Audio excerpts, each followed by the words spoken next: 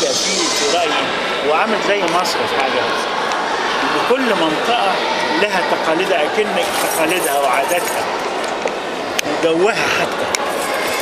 يعني انا رحت اقول لكم، رحت بلاد كتير في المغرب، رحت الرباط، رحت فاس ومكناس، رحت مراكش، رحت طنجة، رحت شفشاون، وعملت مسلسل في شفشاون كان اسمه المرسى والبحار، شفتوه؟